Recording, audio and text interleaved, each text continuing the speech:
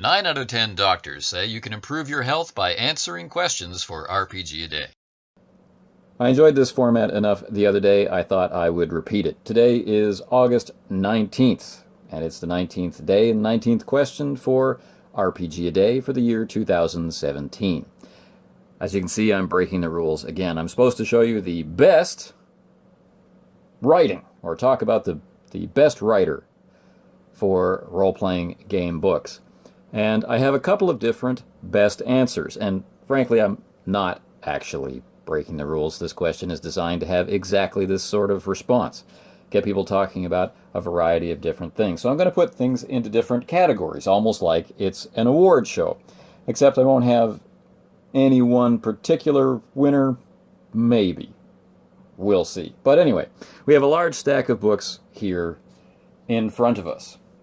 And we're talking about best writing. So, let's start with the one that's on top. This book, this very, very big book, I'm going to put in the category of being among the most inspiring for a concept. Being able to take a very, very broad and almost ethereal idea, put it between one set of covers with very large print. This book didn't have to be this thick. It's just very easy to read because of its font.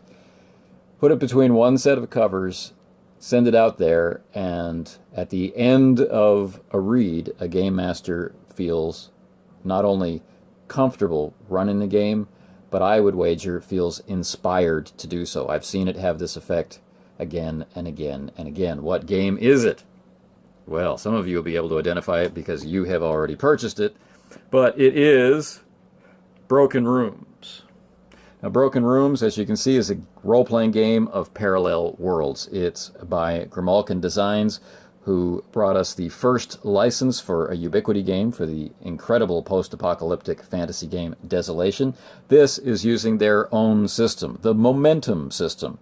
So when you're out there playing 2D20 and you're talking about momentum, take it as an homage to this very cool system and the game it powers. Broken Rooms, as it says, is a role-playing game of parallel worlds. And I'll leave it at that. Very inspiring writing by the writing team. Who wrote it, you ask? Very kind of you to ask. Well, let's find out. The people who wrote it, the original concept comes from Stephen Herron. And the lead writer was Stephen Herron, and the associate writers were Jamie Gooch, Matthew Summers, Colin Sinclair, and Sarah Callahan. And they did a fantastic job of it. Next, now we're going to go toward, I guess what we can call technical writing. But a certain kind of technical writing. This is like sitting down with your buddy in the backyard, next to the barbecue, waiting for the meat to be ready, and he tells you how to do something the right way. That's what this game is like. It's like having the person right there. Sometimes it's like having them right in your ear, kind of preempting some of your wilder thoughts. What game is that? This is a soft cover game. This is Circle of Hands, written by Ron Edwards. It will walk you through how to understand this game, why you play it the way you play it, tell you how to play it, and let you know that you're having fun. Very cool game. If you're into very grim and gritty sort of Iron Age fantasy, not afraid of its blood and guts, and is unafraid to call combat killing, this is the game for you. And yes, you are seeing some sort of undead, bloodied person or perhaps creature standing in front of a pile of corpses. Great writing. Now, I can't hold off anymore. I got to talk about this guy. This is a guy whose writing I get to see on both sides. I get to see the polished, finished version, but I also get to see the original version, and how often am I surprised at how close those two things are. I get to work as the editor for the Ubiquity game line for Triple Ace Games, and the writer that I'm talking about is Paul Wiggy Wade Williams, and the example game that I'm showing is Leagues of Adventure, which might be one of the greatest core books ever in terms of what a core book is supposed to do. Present its concept, fire you up to play it, give you hundreds of adventure seeds in case you're not quite sure how to approach its concept, sample characters, locations, a guide to how to plot, plan, approach culture, whole 9 yards. It's all in here, and what a fun game it is. And I find that's true of everything he writes.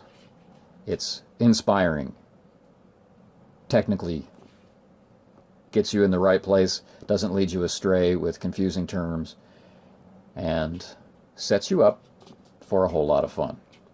One of the best RPG writers I know. Next, there's more. There's a whole big pile, and now, of course, we have revealed that Ghostbusters is back there. So let's talk about that before we talk about this. Or this. Let's move this a little closer. Okay.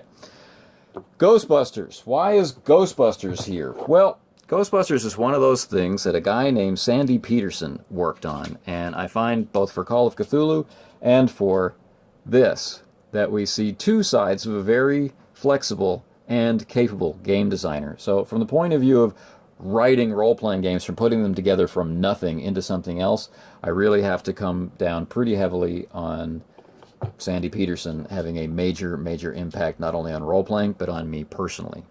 He's a big deal where I sit. And this one is one of my many copies of Call of Cthulhu, which I was going to reference while I was talking about Sandy Peterson, but then didn't. So there you go. Just gratuitous imagery. Finally, the last one, also in the D100 lineage. This is Mithras, and I have to cite the team of Pete Nash and Lawrence Whitaker. This could be a very, very challenging read. It could have been way too much for people to handle. It could have been obtuse and people scratching their heads and wondering, why should we have to do it that way? What's the point? What's the purpose? But it is in no way like that. This game is clear. It's consistent. It guides you through. It provides more on-the-spot and specialized or isolated game master advice than I'm used to seeing in a core book. You come out the other end of reading this with a very complete sense of what it takes not only to run Mithras in whatever campaign milieu you're looking to use it for, but how to be a game master, really. It's fantastic. These guys really set a high bar when they sat down to do their own version of the RuneQuest D100 system, now called Mithras. And you'd think I'd be done after that long spiel, but there's just one more thing that I would like to add. Fantasy Flight Games Star Wars. And I don't know that I can really cite a writer for this, but one thing I want to cite is that for any game line this expansive, taking on this many different ideas across this many source books, and there are more source books than these, I have been surprised at how consistently good the writing has been. On point, well-directed, following a clear format, not deviating from the format pretty much immediately like, well, there's a dog down there, most of the White Wolf books did. They set up a format and they followed it, they were consistent, and they were consistently good. So I guess it's like an honorable mention at the end of this video, which is far longer than I expected it to be. So these comprise some of the best writers I feel out there in the RPG industry today. Your mileage may vary, and I would like to hear your reasoning behind that. Talk to us about the people you think are the best writers in the RPG industry. Tomorrow's question asks us, what is the best source for out-of-print RPGs? See you tomorrow.